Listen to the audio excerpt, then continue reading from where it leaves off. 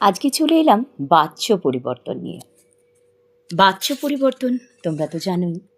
বাচ্য শব্দের একটা আবিধানিক অর্থ আছে, বচনীয়, বলার যোগ্য বা বলা যায় এমন।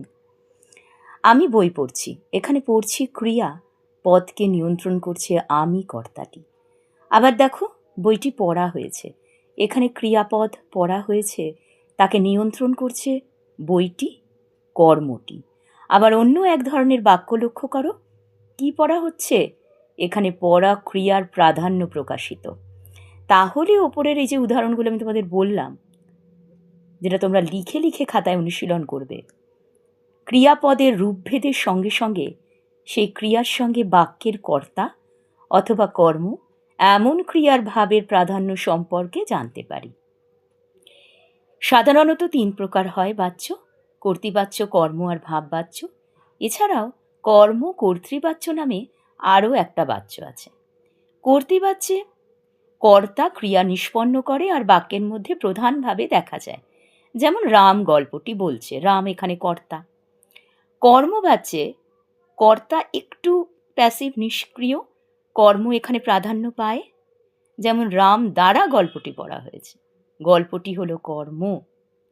ভাববাচ্য যে বাচ্যে কর্তা বা কর্ম নয়, ভাব বা ক্রিয়াটাই প্রধান, যেমন কোথায় যাওয়া হচ্ছে, এই হ ধাতুর সঙ্গে যুক্ত ক্রিয়াত্মক বিশেষণ, অকর্ম ক্রিয়াই ভাববাচ্য। কেউ কেউ আবার কর্মবাচ্য আর ভাববাচ্যকে আলাদা না দেখে বলে গঠনের দিক থেকে কর্মবাচ্য আসলে ভাববাচ্য। তা নয়, একটু বুঝে বুঝে তোমরা করো। কর্ম কর্তৃবাচ্য, যে বাচ্য কর্মই কর্তৃপদের ভূমিকাটা নেয় আর সেটা ক্রিয়াপদের সঙ্গে একাত্ম হয়ে থাকে, যেমন কর্ম কর্তৃবাচ্য। যেমন শাঁখ বাজে, এখানে শাঁখ হলো কর্ম, সে নিজে নিজে তো আর বাজতে পারবে না, তাকে বাজাতে হয়। এটা হচ্ছে কর্ম কর্তৃবাচ্য। এবার কিছু বাচ্যান্তর করা যেতে পারে, যেমন কিছু উদাহরণ দিচ্ছি কর্তৃ থেকে ভাববাচ্যের উদাহরণ। তোমরা কিন্তু অবশ্যই লিখে লিখে অনুশীলন করবে। মাঝে যদি কদিন অনুশীলন বন্ধ করে দাও তাহলে কিন্তু ভুলে যাবে। তাহলে উদাহরণগুলো বলছি। কর্তৃবাচ্য থেকে ভাববাচ্য: জন্ম জন্মান্তরেও ভুলিব না। ভাববাচ্যে জন্ম জন্মান্তরেও ভোলা যাবে না। আমার কাছে এসো। ভাববাচ্যে আমার কাছে আসা হোক। তোমাকে কোথাও দেখেছি। ভাববাচ্যে তোমার সঙ্গে কোথাও দেখা হয়েছে। এবার উঠি। ভাববাচ্যে এবার ওঠা চাক। তখন থেকে কি করছো? ভাববাচ্যে তখন থেকে কি করা হচ্ছে? একদিন তো মরবই। ভাববাচ্যে মরতে একদিন তো হবেই। এখানে সকলেই আসবে। ভাববাচ্যে এখানে সকলকেই আসতে হবে। ময়ূরটিকে আনো। ময়ূরটিকে আনা হোক। এবার কিছু কর্ম থেকে কর্তৃবাচ্যের উদাহরণ বলি, যেমন আমার দ্বারা এ কাজ করা সম্ভব নয়। কর্তৃবাচ্যে আমি এ কাজ সম্পন্ন করতে পারবো না। শাশুড়ি নিয়ে ঘর করা হয়নি। শাশুড়ি নিয়ে ঘর করিনি।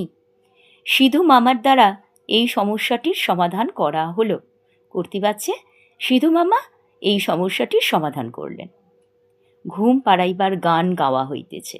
কর্তৃবাচ্যে ঘুম পাড়াইবার গান গাহিতেছে। বেশ কিছু উদাহরণ দিলাম আমি। এবার কর্তৃবাচ্য থেকে কর্মবাচ্য বলি। একদিন আমি বলিলাম। কর্মবাচ্যে একদিন আমার দ্বারা বলা হইল। আমি কথা শুনলাম। আমার দ্বারা কথা শোনা হলো বা শ্রুত হলো। নিমাইবাবু চুপ করিয়া রহিলেন। নিমাইবাবুর চুপ করিয়া থাকা হইল। রামসুন্দর তাহা জানিতেন। রামসুন্দরের তাহা জানা ছিল। বাড়ির সকল ঘরে তো আমি দেখিয়াছি। কর্মবাচ্যে বাড়ির সকল ঘরে তো আমার দ্বারা দেখা হয়েছে।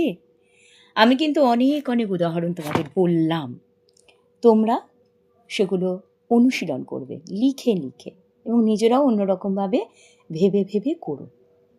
তাহলে আজকের আলোচনা এখানে শেষ হলো। তোমরা খুব ভালো থেকো। ধন্যবাদ।